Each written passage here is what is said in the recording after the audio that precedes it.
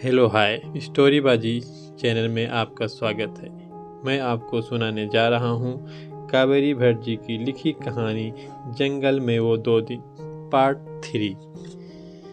इस कहानी में अब तक आपने सुना कि 6 दोस्तों को उनके अंकल कैप्टन अंकल 2 दिन की कैंपिंग ट्रिप पर मनाली ले जा रहे थे, लेकिन उन दोस्तों में से सूरी अपने कुत्ता चाऊ को भी साथ ले जाना चाहता था, पर अंकल देवजी उसे ट्रिप पर ले जाने से मना कर देते हैं और वो निकल जाते हैं।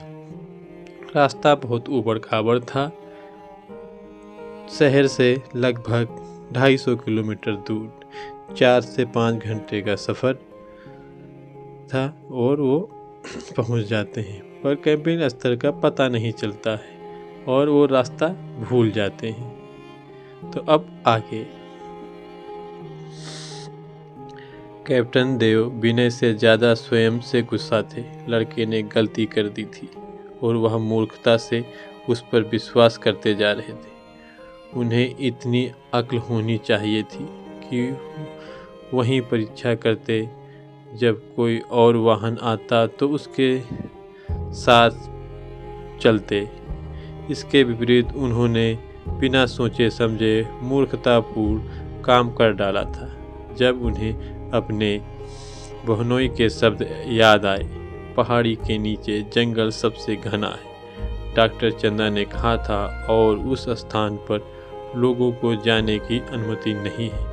पहाड़ी से दूर वाले भाग में खतरनाक पशु हैं, इसलिए वहां से दूर ही रहना। कैंपिंग स्थल के आसपास रहना सुरक्षित और ठीक रहेगा। इन 6 शैतानों पर नज़र रखना।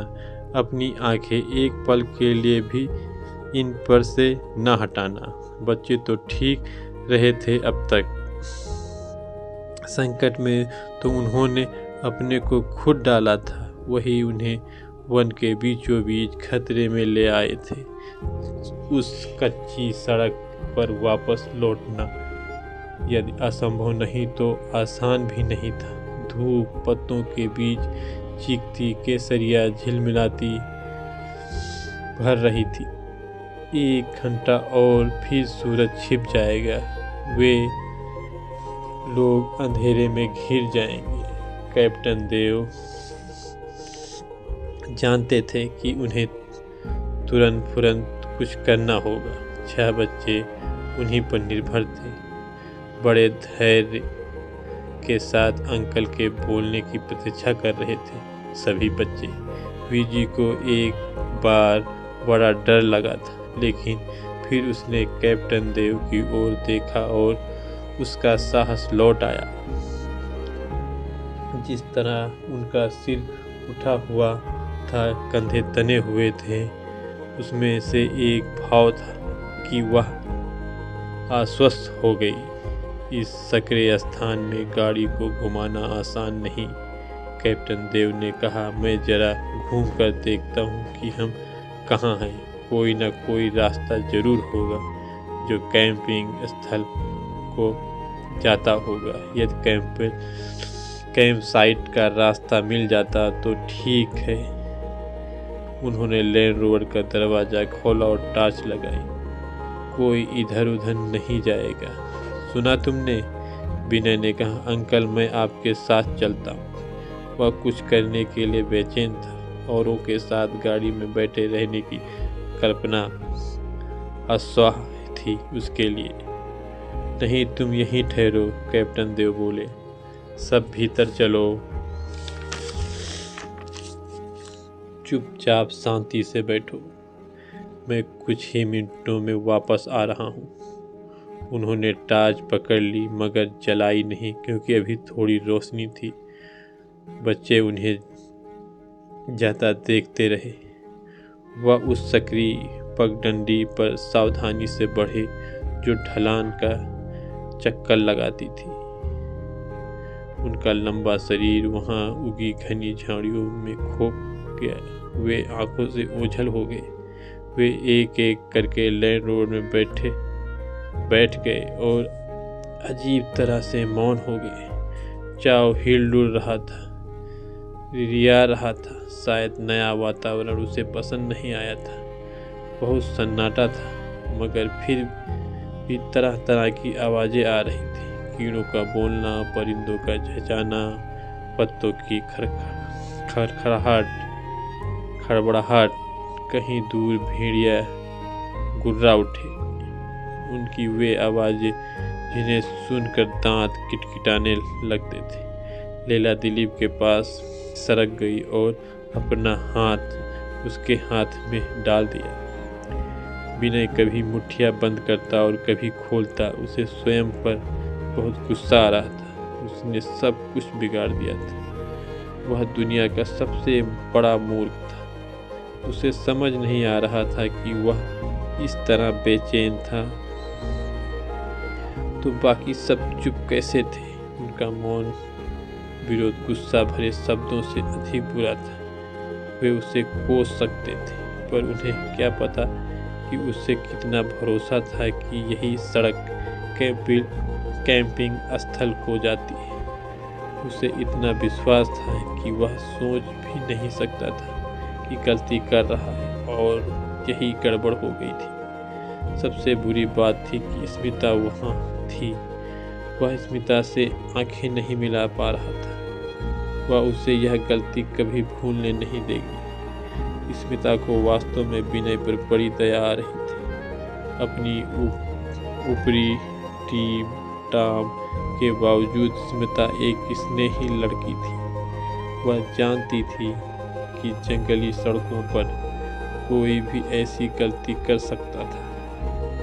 वह यह भी समझ रही थी कि कुछ न कहकर इस तरह चुप हो जाना विनय के प्रति न्याय नहीं था। उसकी बेचैनी को कम करने के लिए कुछ कहना चाहिए था, कोई बात करनी चाहिए थी, लेकिन वह स्वयं भी नहीं समझ पा रही थी क्या कहे। उसने सूरी से कहा, अपने कुत्ते से चुप बैठने के लिए कहो, उसे भूख लगी है। सूरी बड़बड़ाया, और मुझे भी। बीजी ने गुस्से से कहा, अब चुप भी रहो। यहाँ हम इस बड़े जंगल में खो गए हैं और तुम्हें खाने की सूझ रही है। कुछ देर पहले ही तो तुमने भरपेट खाया था। सूरी कराहा, यह कैसा कैंपिंग ट्रिप होगा यदि वह भोजन की बात भी नहीं कर सके। खाना तो एक तरफ रहा, लंच खाए तो जमाना बीत गया था और वह बहुत भूखा था। सूरी को पता नहीं था कि वे कितने बड़े खतरे में थे। उसे विश्वास था कि देव अंकल जल्द ही कैंप स्थल ढूंढ निकालेंगे और वे अपने टेंट गाड़ कर गर्मा गर्म खाना तैयार कर सकेंगे। उसे अच्छा नहीं लग रहा था कि बीजी वहाँ पीछे बैठी उसे किसी स्कूल टीचर की तरह घूर रही थी। बेचारा विनय, जुड़वा बहन का होना भी कैसी मुसीबत होती। दिलीप ने अपनी घड़ी देखी और बेचैन उठा। देव अंकल को गए 20 मिनट से अधिक हो गए थे। आखिर उन्हें इतनी देर क्यों लग रही थी। उसने बीजी की ओर देखा। उसने पूछा, क्या हम हॉर्न बजाएं? दिलीप ने सिर हिलाकर मना कर दिया। हमें थोड़ी और देर इंतजार करना चाहिए।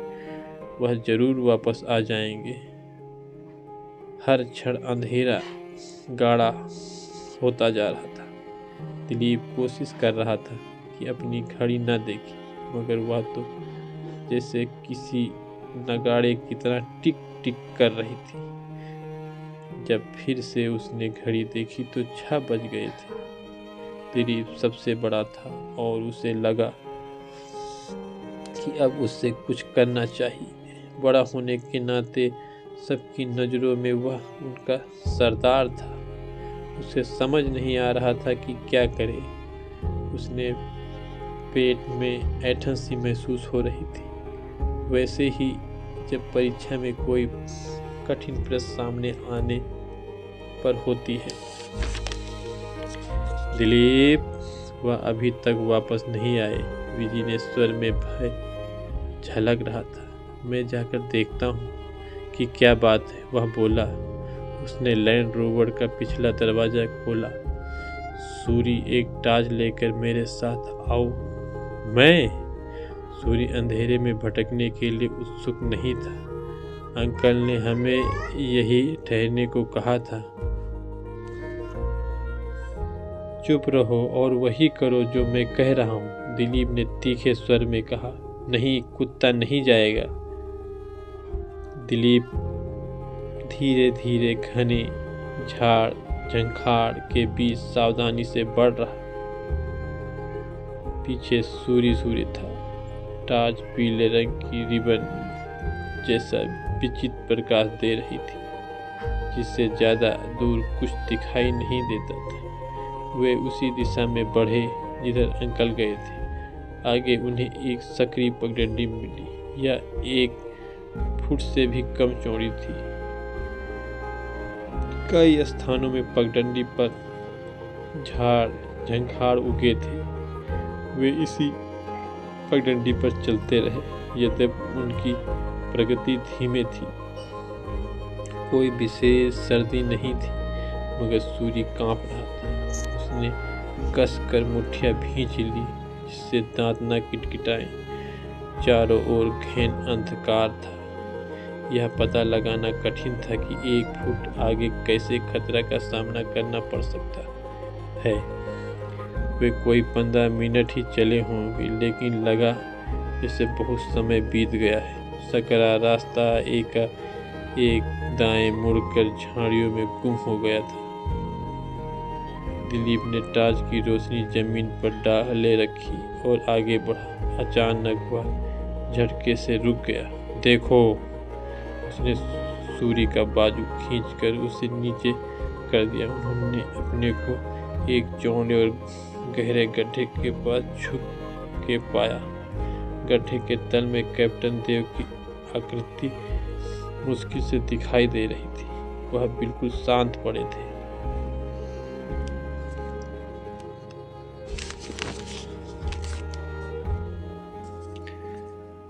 बाप रे, सूर्य धीरे से बोला। क्या यह मर गए हैं? मूर्खता की बात मत करो, दिलीप ने थूक निकालते हुए कहा। अंकल, उसने पुकारा। देव अंकल। कोई उत्तर नहीं। वे बार बार अंकल को पुकारते रहे। घने जंगल में उनकी आवाजें खोखली और निराश लग रही थी। दोनों लड़के गड्ढे के किनारे पर झुके हुए अंकल को पुकारते रहे। उन्हें ठीक ठाक पता नहीं था कि अंकल जीवित हैं या मर गए। और फिर उन्हें गड्ढे में कुछ हिलता डुलता मालूम पड़ा। उन्होंने कहराने की आवाज भी सुनी। भगवान का धन्यवाद, वह जीवित है।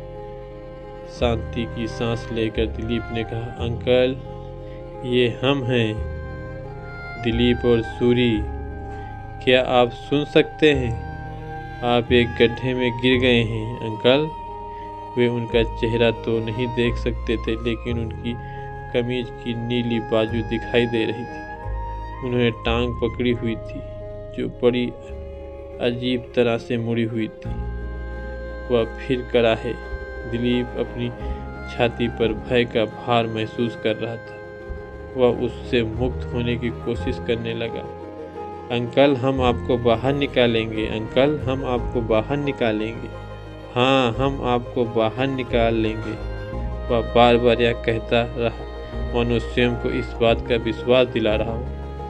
मगर दिलीप नहीं जानता था कि कैप्टन देव को कैसे बाहर निकाले। गड्ढा बहुत गहरा और बड़ा था, कांटेदार झाड़ियों से भरा हुआ। इस अंधेरे में गड्ढे में घुसना पागलपन होता। यदि वह घुसे भी तो अंकल की मदद कैसे करेगा? वह अकेले अंकल को कभी बाहर नहीं निकाल सकेगा, सूर्य की मदद से भी नहीं। सूर्य को देखा, जो गड्ढे के किनारे मुंह बाएं और भय से विस्तारित आंखों से देखता हुआ बैठा था, किसी विचित्र प्रतिमा की तरह। दिलीप उठते हुए चिल्लाया, सूरी, आओ, जल्दी चलें, हमें जल्दी से दूसरों को यहाँ लाना है। वे उसी रास्ते पर वापस चल पड़े जिससे आए थे। अब तक सब तरफ धूप अंधेरा छा चुका था। और टॉर्च का प्रकाश एक पतले रेखा से अधिक कुछ नहीं था।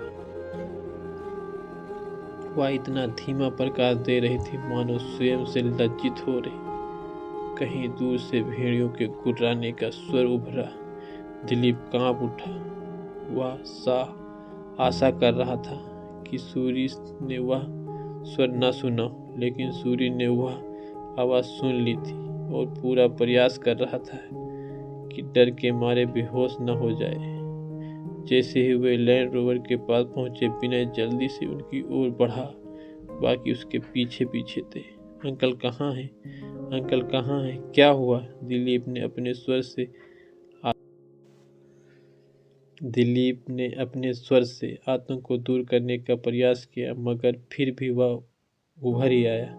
वह एक गड्ढे में गिर पड़े हैं, उसने भर्राए स्वर में कहा। उनकी टांग में काफ़ी चोट आई है। हमें वहाँ जल्दी पहुंचकर उनकी सहायता करनी चाहिए। धीरे धीरे इन शब्दों का अर्थ बच्चों को समझ में आ गया था। 6 बच्चे जंगल में अकेले पड़ गए थे। रात का समय था। उन्हें अपने अंकल को भी बचाना था, जो बुरी तरह घायल थे। लेकिन कैसे?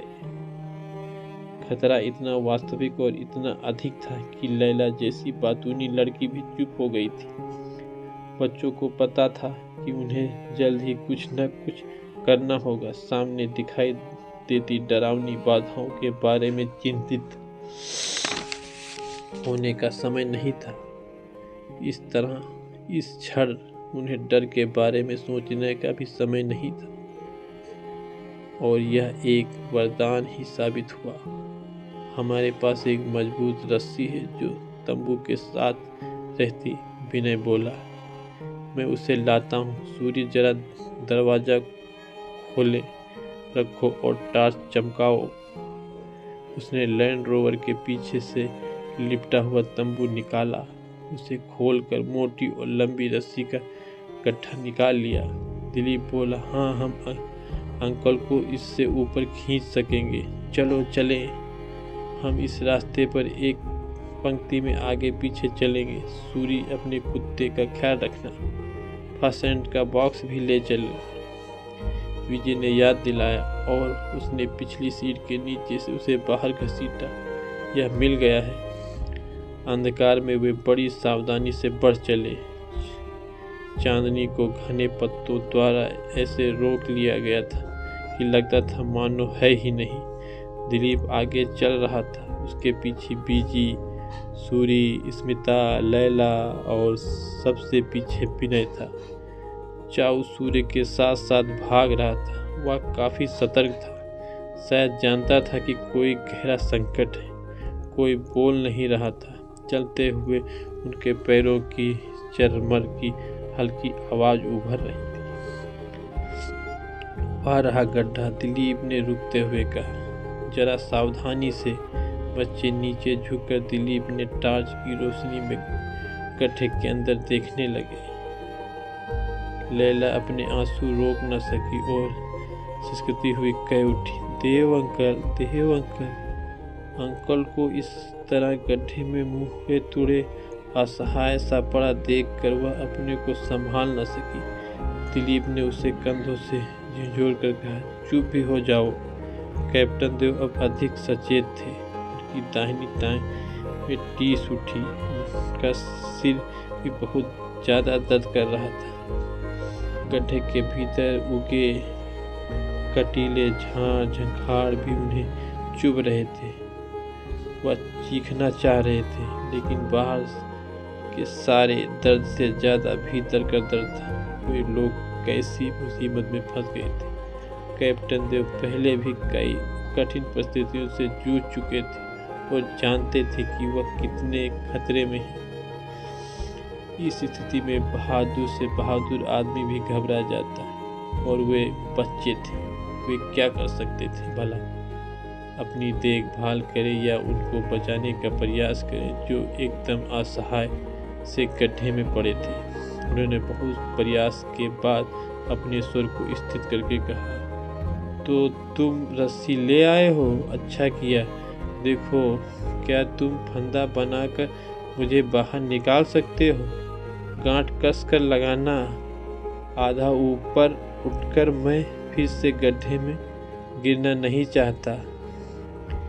पिछले ही दिन कैप्टन देव ने ठीक है देव अंकल, टार्च की चकाचौंध से आंखें बचाते हुए बोले। अब एक एक करके दिलीप के पीछे खड़े हो जाओ।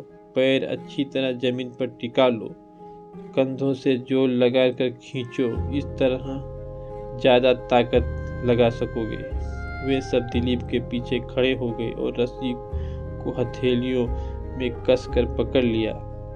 लेकिन जैसे ही लैला ने रस्सी पकड़ी, उसके मुंह से निकला, ओह। स्मिता बोली, लो यह मेरा रुमाल, इससे रस्सी ज़्यादा चुभेगी नहीं। स्मिता, धन्यवाद। सूरी, चाऊ को जरा दूर रखो, दिलीप ने पुकारा। फिर पूछा, सब लोग तैयार हैं? हाँ ठीक है अंकल। हाँ ठीक है। तब 1 2 3 खींचो। उन्होंने अपने शरीर को जमीन की तरफ तिरछा झुकाकर अपना पूरा जोर लगाकर खींचा। खींचते खींचते उनकी हथेलियां घायल हो गई। टांगों की मांसपेशियां दर्द से थरथराने लगी, मगर फिर भी अंकल को जरा न हिला सके। कैप्टन देव ने मजाक करना चाहा, मैं आलू की बोरी से भी ज़्यादा भारी हूँ। मेरी यह घायल टांग मुझे अपने आप कुछ नहीं करने देती। तुम में से एक को नीचे उतरकर धक्का लगाना पड़ेगा। मैं आता हूँ। इससे पहले ही कोई विरोध करता विनय बोला और अपनी पैंट को घुटनों तक ऊंचा चढ़ा लिया। वह गड्ढे के किनारे झुक गया जिससे भीतर कूद सके। कोई टार्च दिखाओ नीचे की तरफ। यह गड्ढा जैसे बहुत बड़ा सुकन है। कैप्टन देव ने चेतावनी दी।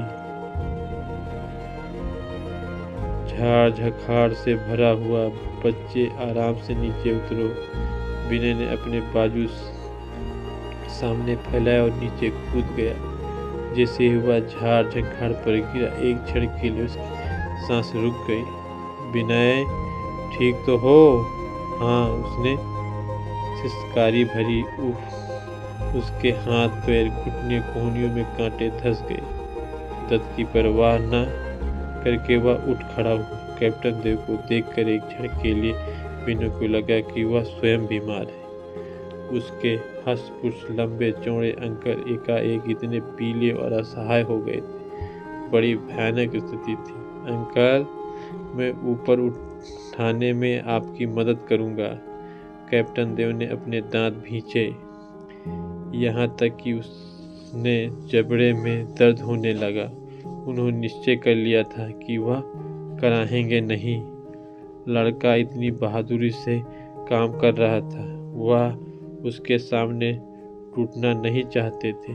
उन्होंने विनय से कहा, मुझे नीचे से जरा जोर से धक्का दो, ध्यान से, जिससे मैं फिर नीचे न गिरूं। विनय को जल्द ही पता चल गया कि अंकल कितने बड़े और भारी थे, लेकिन उसने इतनी ताकत से उन्हें ऊपर ढकेला कि वह स्वयं नहीं जानता था कि उसके पास इतनी शक्ति है। बाकी बच्चे रस्सी खींच रहे थे। उनके मुंह, बगल और टांगों से पसीना बह रहा था। उन्होंने इंच इंच करके धीरे धीरे अंकल को ऊपर खींचा। आखिर उन्होंने अपनी सम्मिलित शक्ति से अंकल को ऊपर उठाते हुए महसूस किया। जब अंकल का सिर गड्ढे से ऊपर दिखाई दिया तो दिलीप और बीजी ने उनको कंधों से पकड़कर बाहर निकाल लिया। विनय ने उनकी लटकती टांगों को नीचे से सहारा दिया। यह सब बहुत ही मुश्किल था, मगर फिर भी उन्होंने अंकल को कांटों से भरे उस गड्ढे से निकाल ही लिया था।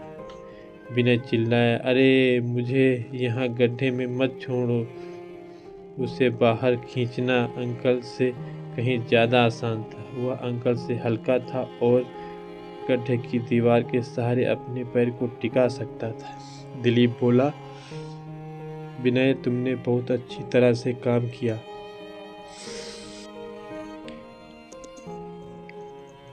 विनय के शरीर पर कांटों की खरोंचें थी, मगर उसके मन में उपलब्धि की भावना थी। कैप्टन देव ने बैठने की कोशिश की। उनका सिर इतना चकरा रहा था कि वह लेट गए। वह बड़बड़ाए, बीजी जरा टांग को तो देखो, तुमने गर्ल गाइड्स में फर्स्ट एंड पेज जीता था ना, जरा देखो। बीजी ने झुककर देखा। जितना उसने सोचा था, टांग उससे भी बुरी हालत में थी। पैंट का दायां पायचा फट गया था और टांग के बीच से टखने तक गहरा घाव था। टांग मुड़ गई थी और अजीब सी दिखाई दे रही थी। वह बोली, हड्डी तो निश्चित ही टूट गई। इसे नीचे सहारा लेकर कपच्ची बांधनी होगी, नहीं तो स्थिति और भी बिगड़ जाएगी। कैप्टन देव ने हल्की सी मुस्कुराहट से कहा, शाबाश लड़की, तो अपना काम शुरू करो। बीजी ने अपनी सहेली की ओर देखा। स्मिता, क्या तुम मदद करोगी? फिर बीच में ही रुक गई। उसने स्मिता की आंखों में भय का भाव देख लिया था। स्मिता खून देखना बर्दाश्त नहीं कर सकती थी। उसका चेहरा एकदम पीला पड़ गया और उसकी आंखें मानो विनती कर रही थी, बीजी प्लीज, मुझे यह सब मत करने के लिए कहो। दिलीप बोला, मैं तुम्हारी सहायता करूँगा। क्या करना है? हमें एक लकड़ी का चौरस मजबूत टुकड़ा चाहिए जो इनकी टांग से कम 6 इंच अधिक लंबा हो। उन्होंने टॉर्च से प्रकाश में चारों ओर देखा। दिलीप ने एक लकड़ी देखते हुए पूछा, क्या यह चलेगी? बीजी ने कहा, मेरे ख्याल से इस समय का काम तो हो जाएगा। उससे सावधानी से चोट को साफ किया और उस पर लिंट लगाकर पट्टी बांध दी। फिर झुकते हुए उत्साह से बोली, अंकल, अब हम आपकी टांग को सीधी करके स्प्लिंट लगाएंगे, उससे आपको दर्द होगा।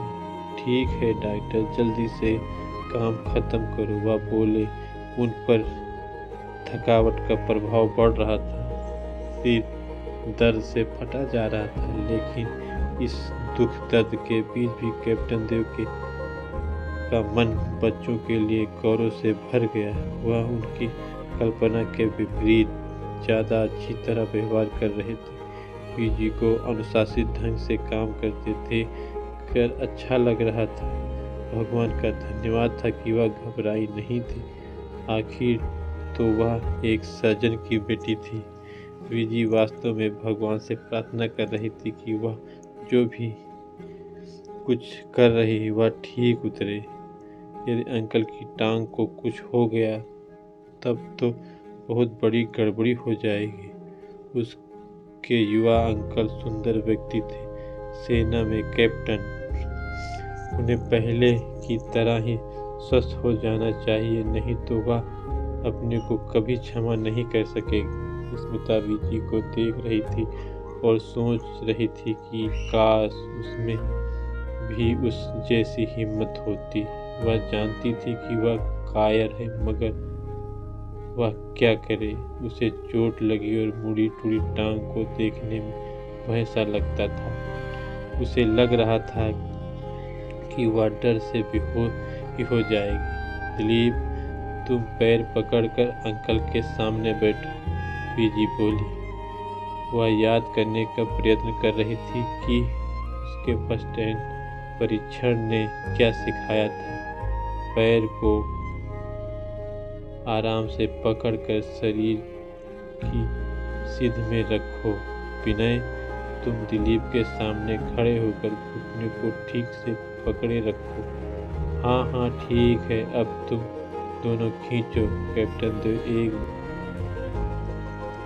देव एक बार कष्ट से कराहे, फिर सन्नाटा छा गया। उनकी उंगलियों ने जमीन को खुरच डाला और वह हिले नहीं। उधर बीजी ने अंदर ही अंदर कांपते हुए लकड़ी की स्प्लिंट पैर के नीचे रखी और उसे स्मिता के दुपट्टे से बांध दिया।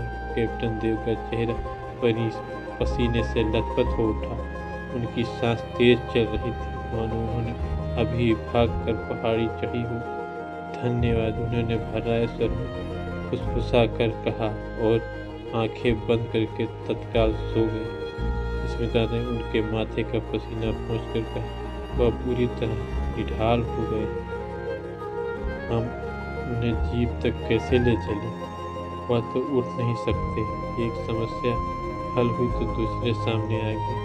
दिलीप बोला, मैं बताऊं, हम दो जन अंकल के साथ रात भर यहाँ रह जाते, बाकी जाकर जीप में सो जाएं। यह कैसे होगा? बाप रे, यहाँ ठहरना खतरनाक है। ठंड कितनी है, कितना भयावना है। अंकल को गर्म रखना होगा। दिलीप झल्लाकर बोला, तब कोई और अच्छा विचार दो। जिस जोखिम से वे गुजरे थे उसका तनाव महसूस होने लगा था उसे। वह ठीक कह रहा था, स्मिता ने कहा। काफ़ी देर हो चुकी है और हम सब बहुत थक भी गए हैं। सबसे अच्छा यही कि जो वह कहता है हम वही करें। हम इस स्थान को आरामदेह बनाने के लिए कंबल वगैरह यहीं ले आते हैं। जब बाकी सब बहस कर रहे थे तो दिलीप विनय को एक तरफ ले गया। विनय, हमारे साथ 3 लड़कियां हैं, हमें उनकी भी देखभाल करनी पड़ेगी, उनसे चिंतित स्वर में कहा। उन सब की देखभाल करना काफ़ी मुश्किल काम होगा। विनय ने लड़कियों को देखकर कहा, तुम सही कह रही हो। वे डर जाएंगी और हमारी कोई मदद नहीं कर सकेंगी। कैसी मुसीबत में फंस गए हैं हम। उसने एक क्षण सोचकर कहा, मैं बीजी के साथ यहाँ रह सकता हूँ और अंकल की देखभाल कर सकता हूँ। तुम बाकी सबको लेकर जीप में चले जाओ। भोजन का क्या होगा? सूरी ने पूछा। मैं भूखा, विनय ने बीच में ही टोक कर कहा। बाकी सब भूखे हैं, काफ़ी दूध पड़ा है, अभी तो उसी से गुजारा करना पड़ेगा। बीजी और मैं अंकल के पास सो जाएंगे। दिलीप, हमें कुछ कंबल ला दो। बाकी सब उस जगह वापस चले गए जहां जीप खड़ी थी। दिलीप और सूरी कंबल और दूध लेकर वापस आ गए। पीछे पीछे चाऊ आ रहा था। बीजी बोला, अंकल तो गाड़ी नींद में है, उन्हें उठाना ठीक नहीं। उन्होंने कंबल से ढक दिया और एक कंबल को गोल करके उनके लिए सिरहाना बना दिया। दूध के लिए धन्यवाद, इतना स्वादिष्ट दूध पहले कभी नहीं पिया, विनय बोला। दिलीप, सूरी और चाऊ जीप की तरफ लौट गए। सूरी की आंखों में नींद भरी थी। 1 मिनट के लिए वह जंगल के डर को भूल गया। दिलीप अपनी जिम्मेदारी के बोझ को महसूस कर रहा था। काश वह सबसे बड़ा न होता। यह उसके साथ न्याय नहीं था। वह केवल 14 वर्ष का ही तो था।